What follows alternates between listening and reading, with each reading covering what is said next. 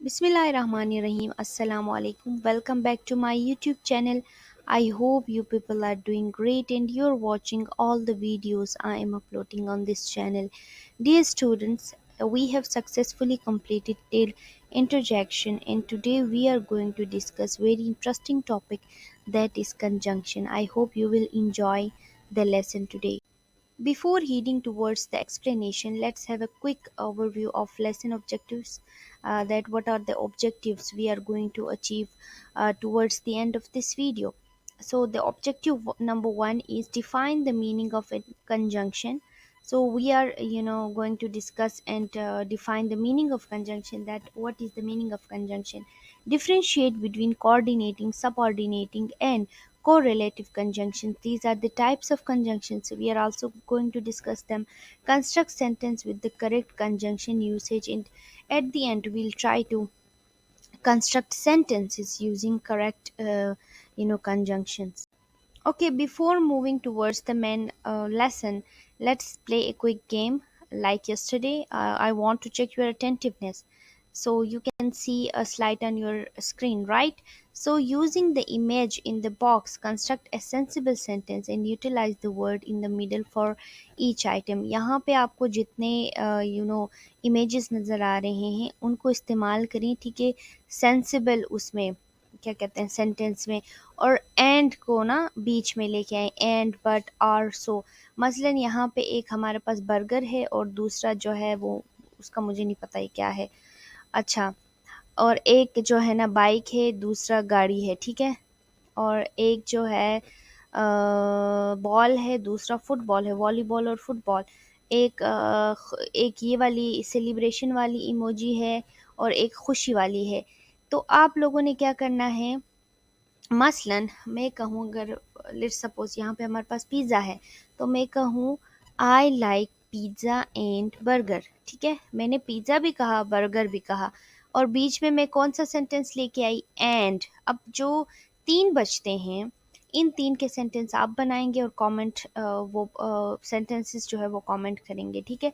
जिन्होंने sentences comment किया, कल मैं उनके नाम वीडियो में अनाउंस करूँगी उनको, और जिसके सेंटेंस सबसे अच्छे हुए उसको मैं विनर करार दूंगी। तो your time starts now, you can take a pass and do the activity, और उसके बाद हम जो है वो लेसन स्टार्ट करेंगे। अच्छा, इस एक्टिविटी को करने के बाद आपको जो है कंजंक्शंस क्या समझ आए कि कंजंक्शंस क्या होते हैं। एक चीज़ जो है वो मैं आपको बताती हूँ कि एक ट्रिक है कंजंक्शंस को समझने के लिए। आप जिस जगह पे बैठे हुए हैं, आप घर के अंदर बैठे हुए हैं, अपने रूम में बैठे हुए हैं, देखें दीवार जो है वो आपस में मिलते हैं, ठीक है। एक कोना होता है, मसलन जो है साइड में एक कोना होता है, वहाँ पे दो एक दीवार ख़त्म होती है, दूसरी दीवार उसके साथ जुड़ के फिर शुरू होती है।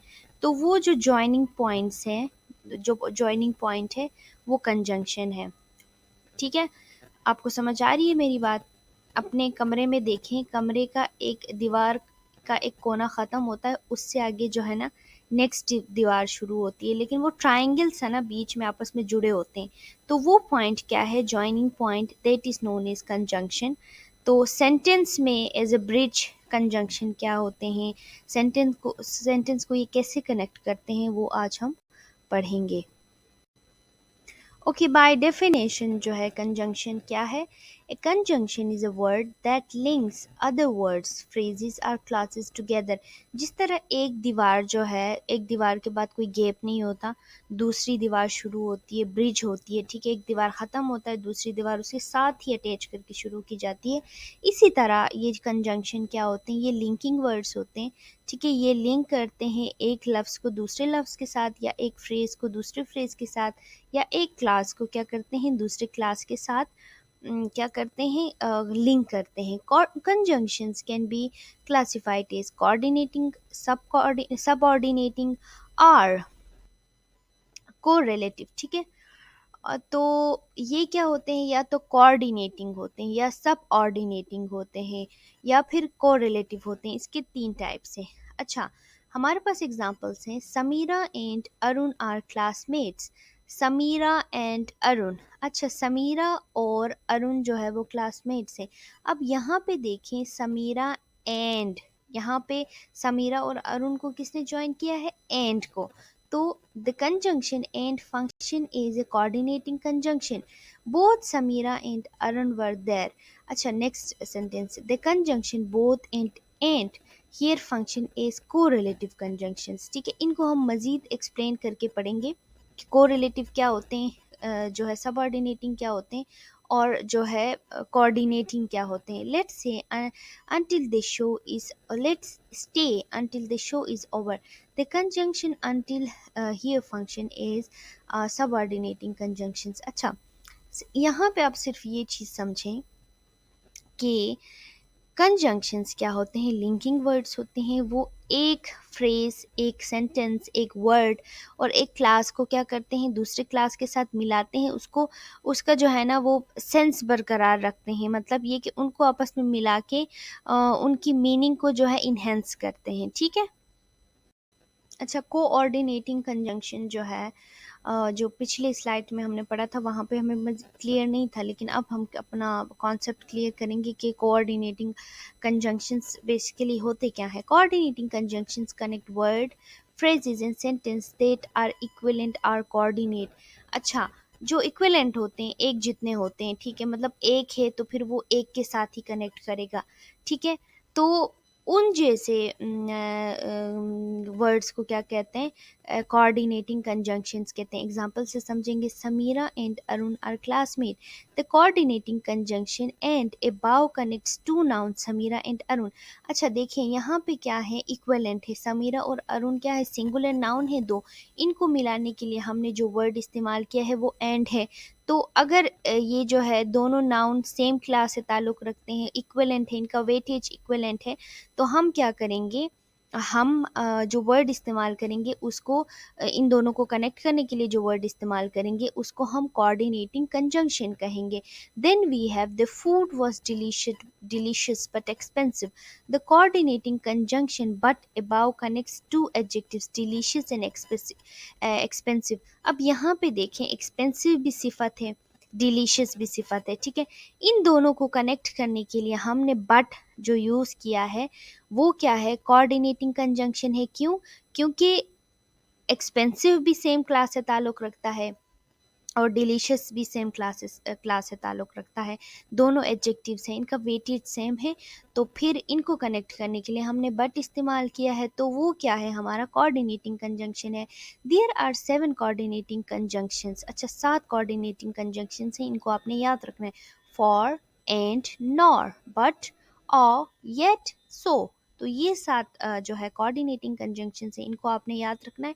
एमसीक्यूज में अक्सर आते हैं कि चूज द करेक्ट ऑप्शन और 7 कोऑर्डिनेटिंग कंजंक्शंस आर, फिर उसमें जो है ना अलग अलग दिए गए होते हैं। मैंने आपको शुरू में एक चीज़ बताई थी कि ग्रामर भी मैथ्स के फार्मूलाज की तरह एग्जैक्ट होती है। यहाँ पे कुछ चीज़ें रट्टे देने की चीज़ें होती हैं, उनको आप बार बार याद करेंगे तो वो आपकी जहन नशीं हो जाएंगे। उनको मतलब याद करने का और कोई फार्मूला नहीं है, आपने बस उनको रट्टा लगाना है। ठीक है, जिस तरह आप कोऑर्डिनेटिंग कंजंक्शन, 7 कोऑर्डिनेटिंग कंजंक्शंस कौन है, अगर आपने याद नहीं किया होगा तो आपको कैसे पता चलेगा कि कौन सी।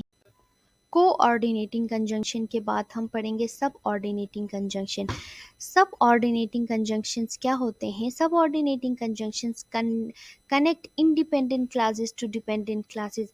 अच्छा, हमने इंडिपेंडेंट क्लास और डिपेंडेंट क्लास जो है ना वो पढ़ा था। इंडिपेंडेंट क्लास जो है वो अपनी मीनिंग को कंप्लीट करने के लिए उसको ऑब्जेक्ट की ज़रूरत नहीं होती, लेकिन डिपेंडेंट क्लास जो होती है उसको अपनी मीनिंग कंप्लीट करने के लिए ऑब्जेक्ट की ज़रूरत ज़रूर होती है। तो ये मैं रिपीट कर रही हूँ अगेन, आप भी जो है ना अपने आप को जज करें। अगर आपको ये चीज़ आती थी तो इसका मतलब है कि आप दिल से क्लासेस ले रहे हैं। अगर आपको ये चीज़ें नहीं आती तो इसका मतलब है आप बस जो है एवी ऊपर ऊपर से ले रहे हैं। अच्छा, examples, she started reading when she was 5। अच्छा, शी स्टार्टेड रीडिंग, ठीक है ना, ये क्या है, इंडिपेंडेंट क्लास है। शी स्टार्टेड रीडिंग, इसको ऑब्जेक्टिव की उसकी ज़रूरत नहीं है।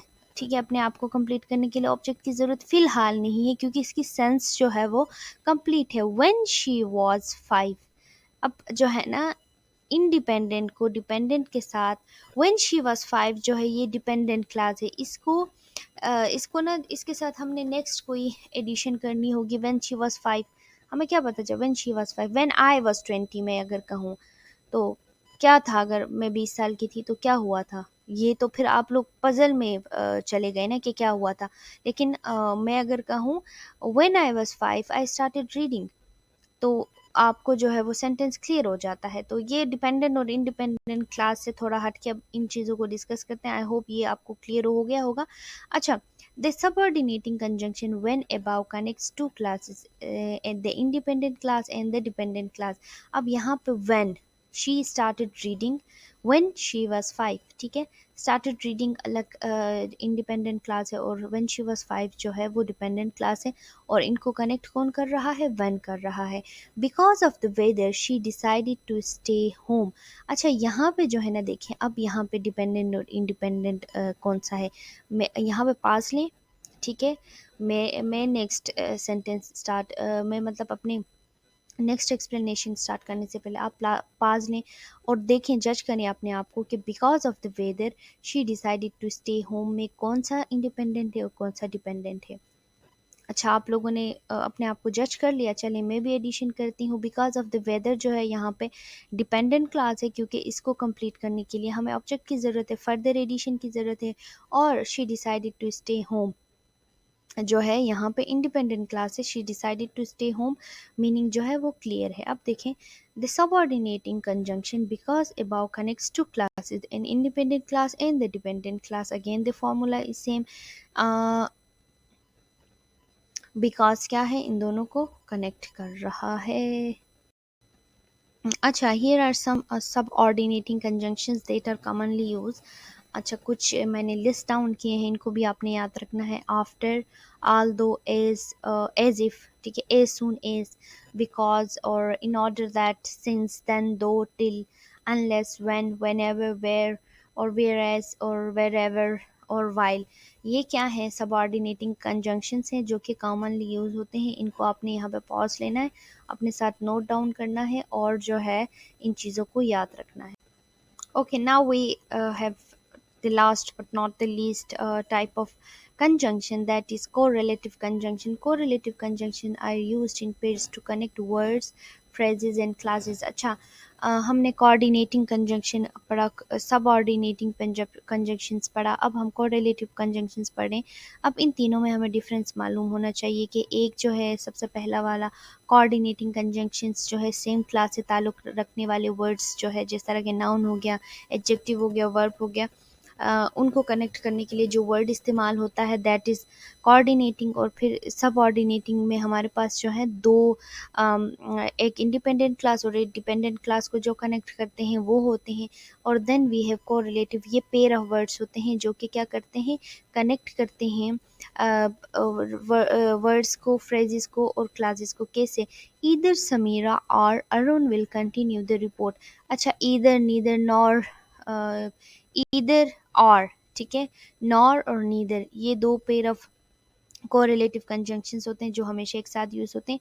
हमेशा याद रखें, ईदर और आर एक साथ यूज़ होते हैं, नीदर और नॉर एक साथ यूज़ होते हैं। अब देखें, द कंजंक्शन ईदर एंड और are used in pairs in functions is correlative conjunction। अब ये पेयर ऑफ वर्ड्स हैं और ये क्या कर रहे हैं, वर्ड्स को कनेक्ट करें, फ्रेजेस को कनेक्ट करें। Not only the staff but also the president joint the meeting. अच्छा देखें, the conjunction not only and but also, not only but also, these are also pair of conjunctions that are used together in a sentence। ठीक है, आप लोगों ने ये चीज़ें जहन में रखनी है।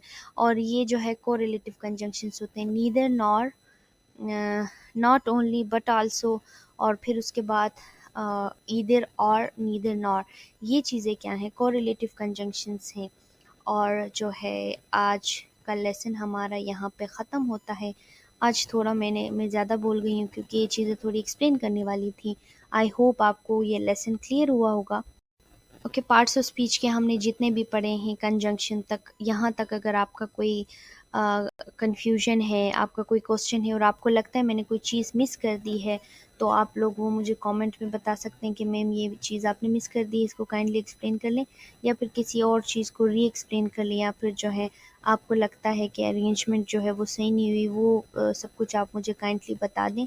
इसके अलावा जो है आप लोग अपना फीडबैक भी दें कि मैं कैसे इम्प्रूव करूँ, कौन सी चीज़ें इंक्लूड करूँ जिससे आपको बेहतर समझ आए। और फिर जो है ना इससे क्या होगी कि आपको भी फ़ायदा होगा, मुझे भी फ़ायदा होगा, मुझे थोड़ा रिसर्च करने का मौका मिल जाएगा। इतना लंबा अरसा मुझे सुनने के लिए शुक्रिया, और जो है अपना वक्त, अपना कीमती वक्त अपनी स्किल्स को इन्हेंस करने के लिए जो आप लोग दे रहे हैं, that really means a lot to me as well as to yourself. आप लोगों को भी ये चीज़ फील नहीं होगी, लेकिन एक फ़ेज़ में आप लाइफ के एक फ़ेज़ में इंटर होंगे तो आपको पता चल जाएगा कि जो है एक टाइम था जहाँ पे एक मैम थी जो हमें ऑनलाइन पढ़ाती थी, तो उसकी इस एक्सप्लेनेशन जो है ने हमें इस तरह फ़ायदा पहुँचाया, यहाँ पे हमारे काम आया। जो स्टूडेंट्स इंटर से नीचे हैं यूनिवर्सिटीज़ में, अभी उन लोगों ने एडमिशन नहीं लिया, उनके लिए एकेडमिक राइटिंग में ग्रामर को समझना बहुत ही ज़रूरी है। और जो स्टूडेंट्स जो है वो यूनिवर्सिटी में दाखिला लेना चाहते हैं उनको, या फिर कोई दूसरे टेस्ट्स में, एंट्री टेस्ट में वो लोग जो है वो हिस्सा लेना चाहते हैं, तो उनके लिए भी ये वीडियोस बहुत बेस्ट होंगी, क्योंकि ये सिंपल चीज़ें हैं, आप इनके कॉन्सेप्ट्स को इजीली कैच कर सकते हैं। डिफ़िकल्ट किताबें भी हैं, मैं उनको कंसल्ट इसलिए नहीं कर रही क्योंकि आप लोग ज़्यादा कंफ्यूज होंगे। मैं सिंपल चीज़ों को लेके जा रही हूँ, और जो है आगे जाके हो सकता है मैं कुछ कॉम्प्लिकेटेड टर्मिनोलॉजीज़ पे भी वीडियोस बनाऊंगी इंशाल्लाह। तो अभी मिलते हैं नेक्स्ट वीडियो में अगले टॉपिक के साथ। तब तक मुझे अपनी दुआओं में याद रखिएगा और अपना बहुत ख़्याल रखिएगा। अल्लाह हाफ़िज़।